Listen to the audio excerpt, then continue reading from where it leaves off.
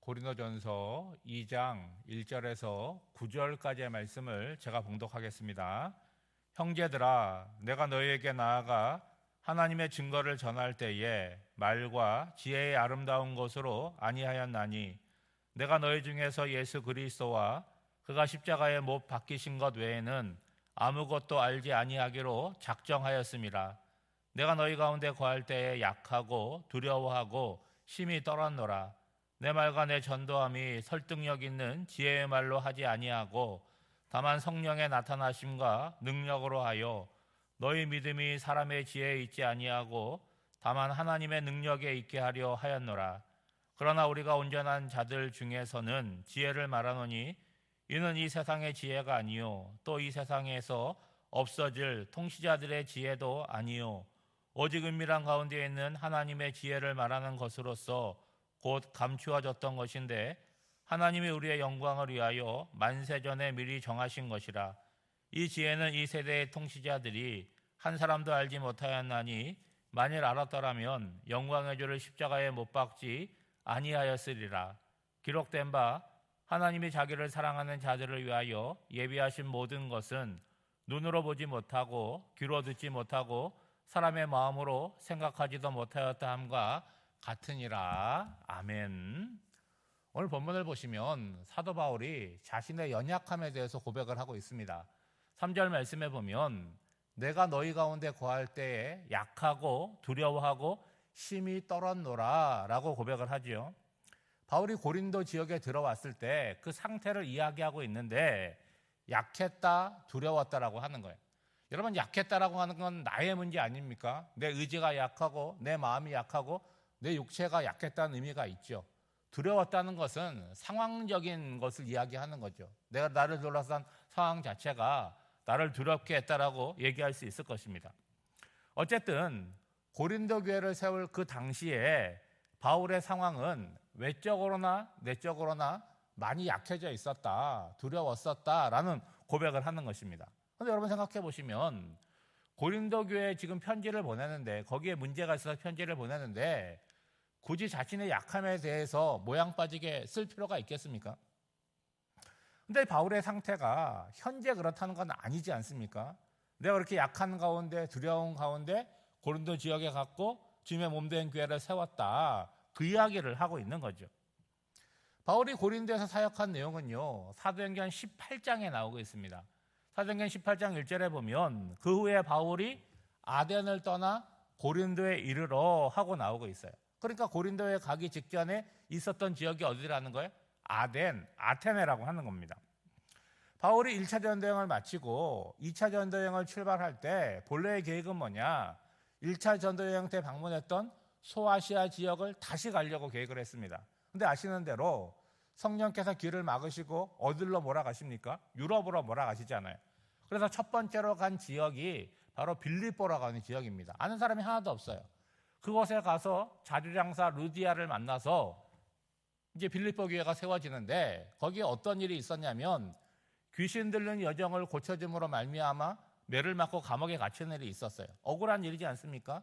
그런데 그 감옥에 지진이 일어나서 간수와 그 가족들을 다 구원하는 놀라운 하나님의 역사를 경험하게 됩니다. 그러면 그 역사를 경험한 바울의 마음이 어떻겠습니까? 상당히 뜨거워졌겠죠. 그리고 왜 하나님께서 1차 전도여행의 지역이 아니라 새로운 지역 유럽으로 나를 인도하셨는지를 새삼 깨닫게 되겠죠. 그리고 이후에 데살로니가와 베레아를 거쳐서 아덴에 이르게 된 거예요. 그러면 사도 바울의 마음은 어떻겠습니까? 용기가 생겼을 것이고 자신만만했겠죠. 무엇보다도 이 아덴이라고 하는 것은 헬라 지역의 중심지 수도입니다. 다른 지역도 중요하겠지만 그 중심되는 지역에 교회를 세우고 싶은 마음이 있었다는 거예요. 그런데 결과적으로는 어떻게 되었다는 거예요? 실패했다는 거예요. 빌립보 교회가 있고 데살로니가 교회가 있고 고린도 교회가 있지만 사도행전을 보면 아덴 교회 뭐 그런 내용은 없습니다. 계획하지 않은 곳에서는 성령의 인도하심으로 말미암아 동력자를 만나서 교회를 세웠습니다. 근데 내가 의지를 갖고 교회를 세워야겠다라고 마음먹은 곳에서는 오히려 실패를 했어요. 실패하고 간 곳이 어디라는 거예요? 고린도 지역이었다는 거예요. 그래서 그때의 나의 상태는 어땠냐? 실패였기 때문에 내 마음과 의지가 약해졌고 두려운 마음이 있었다라고 고백을 하는 거죠. 그러면 아덴에서의 실패한 이유가 뭐겠습니까? 그것이 바로 1절에 나오는 것처럼 사람의 말과 지혜의 아름다운 것으로 접근했다는 거예요. 여러분, 아덴이라고 하는 도시는요, 철학의 도시입니다. 거기에는 온갖 신들을 섬기는 신전들이 있어요. 만신전이라고 부르지 않습니까? 심지어는 뭐도 있었어요? 신이 있는 것 같은데 빠뜨리면 안 되니까 알지 못하는 신에게라고 하는 그런 신전도 있었다는 거예요. 그 아덴 사람들은 철학, 수사학, 웅변학 여기에 심취한 사람들이에요. 그러니까 사도 바울이 그들에게 접근할 때 복음으로만 접근한 것이 아니라 지식적으로, 철학적으로 그들에게 접근을 한 거예요. 그들과 대화를 한 거죠. 그런데 결과적으로 어떻게 되었다는 거예요? 안 먹혔다는 거예요. 실패했다는 거죠. 그래서 고린도에서 복음을 전할 때는 어떻게 했다는 거예요? 말과 지혜의 아름다운 것으로 하지 않았다는 거예요. 사도 바울은 아덴에서 어떤 생각을 했냐? 나도 배운 게 있고 나도 철학과 수사학에 뛰어나니까 지식으로 논리적으로 접근하면 사람의 마음을 움직일 수 있다고 생각을 한 거예요. 근데 돌아온 거는 뭐냐? 조롱이었다는 것이죠. 그리고 나중에 한번 다시 들어보자. 새로운 이야기를 하는구나. 호기심을 갖기는 하였지만 복음을 복음으로 받아들이지는 않았다는 거죠. 다시 말하면 성령의 능력을 의지하는 대신 내가 갖고 있는 지식을 의지한 결과는 처참한 실패였다는 거예요. 여러분, 사도 바울도 실패했다는 거예요. 사도 바울이 복음을 전하는 족족 다 성공했던 것은 아니라는 거죠. 그러니까 사도 바울이 분명히 깨달은 바가 무엇이냐? 내가 약하고 성령을 의지할 때는 그 능력이 나타나는데 나 자신을 의지하고 나갈 때는 성령이 역사하지 않는다는 것을 깨닫게 된 거죠. 그래서 고린도에서는 새로운 마음과 각오가 필요했는데 그것이 무엇입니까? 단순한 거잖아요. 하나님만 의지하고 성령만 의지하는 자리로 돌아가는 거잖아요. 여러분, 2절 말씀해 보면 내가 너희 중에서 예수 그리스도와 그가 십자가에 못 박히신 것 외에는 아무것도 알지 아니하기로 작정하였습니다. 왜 아는 것이 없습니까? 아는 게 많은데 그런 것 생각하지 않고 예수 그리스도, 그분의 죽음, 부활 거기에 집중했다는 거죠. 여러분, 사도행전을 보면 사도인, 예수님의 제자들이 전한 복음의 내용을 보면 복잡하지 않고 아주 단순합니다. 그리고 누구를 만나느냐에 따라서 그 내용이 달라지지 않잖아요. 신분이 낮은 사람을 만날 때나 고위 관료를 만날 때나 그 내용은 언제나 동일하였어요. 그 내용은 당당하게 뭐라고 얘기합니까? 너희가 십자가에 못 박혀 죽인 예수가 그리스도다라고 당당하게 선포하였습니다. 우리가 알고 있는 대로 예수님의 제자들은요, 지적으로 뛰어난 사람들이 아니었어요. 하나님께서 이들을 부르신 이유, 예수님께서 이들을 제자로 부르신 이유가 뭡니까? 대학교 가서 교수하라고 부른 것이 아니잖아요. 나와 함께 살았던 삶, 나의 죽음을 보았던 것, 나의 부활을 경험했던 것, 그것에 대한 증인이 되라고 부른 거잖아요. 여러분, 지식이 없어도 증인은 어렵지가 않잖아요. 뭐 얘기하면 됩니까? 없는 이야기 꾸며서 하거나 책 보고 공부해서 하는 이야기가 아니라 내가 경험한 것, 내가 본 것을 그대로 전하면 되는 거예요. 여러분, 어떻게 해도요, 안 믿을 사람은 안 믿습니다. 믿을 사람은요, 어떻게 전해도요, 믿어요. 중요한 건 뭡니까?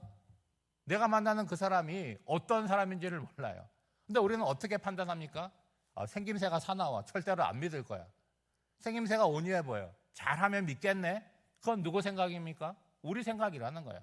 그러니까 내가 만난 사람이 어떤 사람인지는 모르니까 나는 어떤 마음을 갖는 거예요? 내가 그 사람에게 복음을 전하는 마지막 교두보라고 생각을 하는 거예요. 그러니까 최선을 다해서 내가 알고 있는 바를, 성경이 전하는 바를 전할 뿐이래요. 그러면 그 다음에 역사는 누가 하시는 것입니까? 성령께서 하시는 것이고 우리는 씨를 뿌릴 뿐이라고 하는 거죠.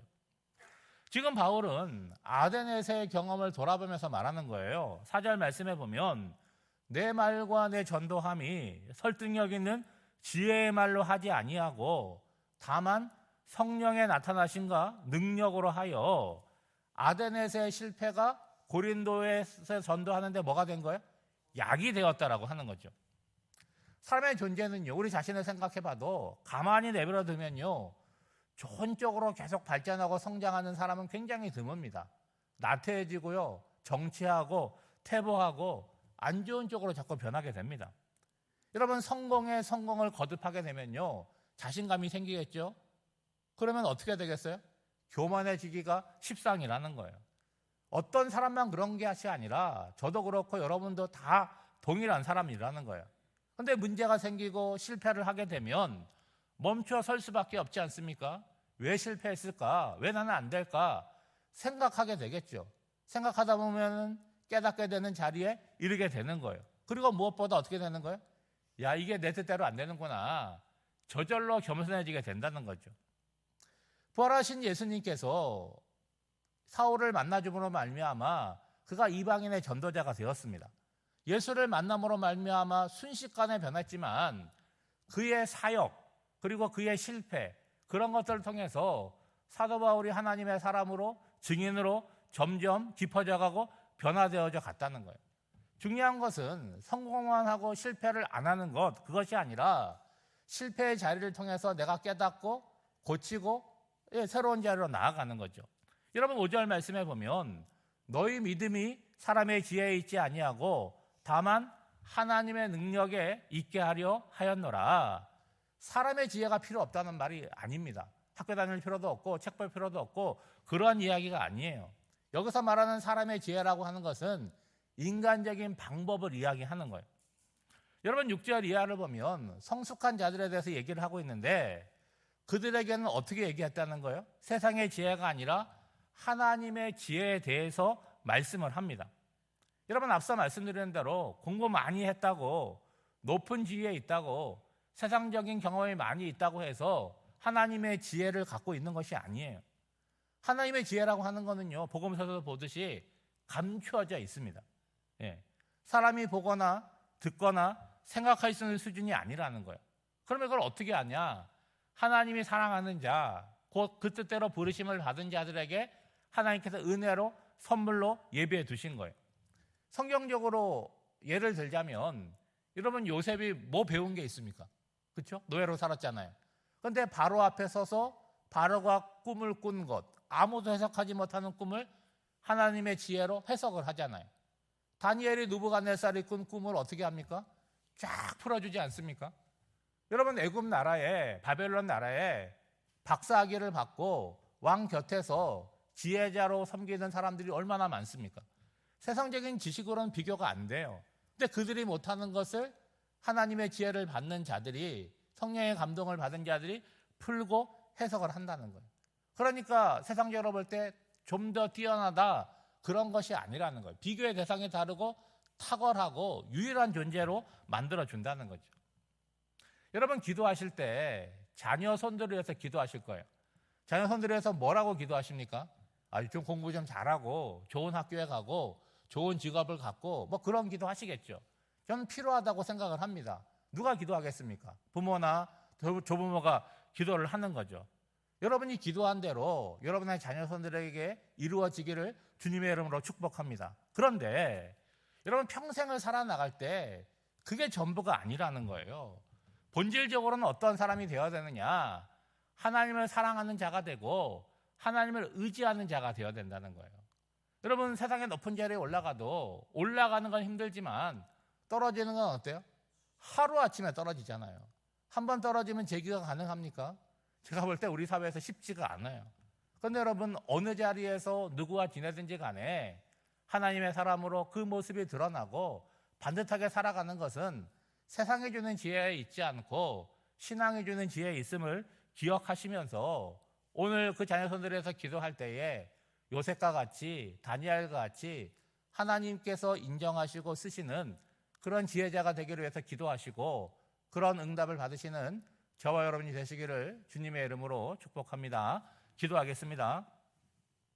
하나님 아버지, 세상의 많은 사람들 가운데 부족하고 연약한 저희를 불러주시고 자녀 삼아주심을 감사드립니다. 날마다 주님을 알고 기도함으로 나 자신을 의지하는 사람이 아니라 예수를 의지하는 자가 되게 하옵소서. 무엇보다 하나님의 지혜를 부어주시옵소서.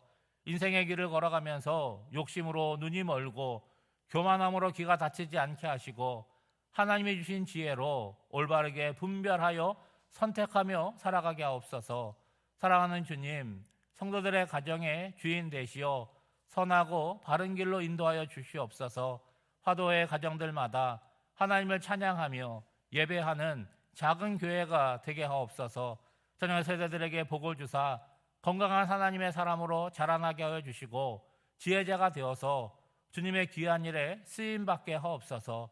오늘도 새벽에 깨어서 주의 전에서 또 말씀 앞에서 엎드려 기도하는 성도들에게 성령을 부어주셔서 내 안에 계시고 나와 늘 함께 하시는 성령 하나님과 대화하고 그분과 경험하고 그분과 함께 하루를 살아나가는 복된 하늘의 되기를 간절히 바라옵고나오며 이 모든 간구를 예수님의 이름으로 기도하옵나이다. 아멘.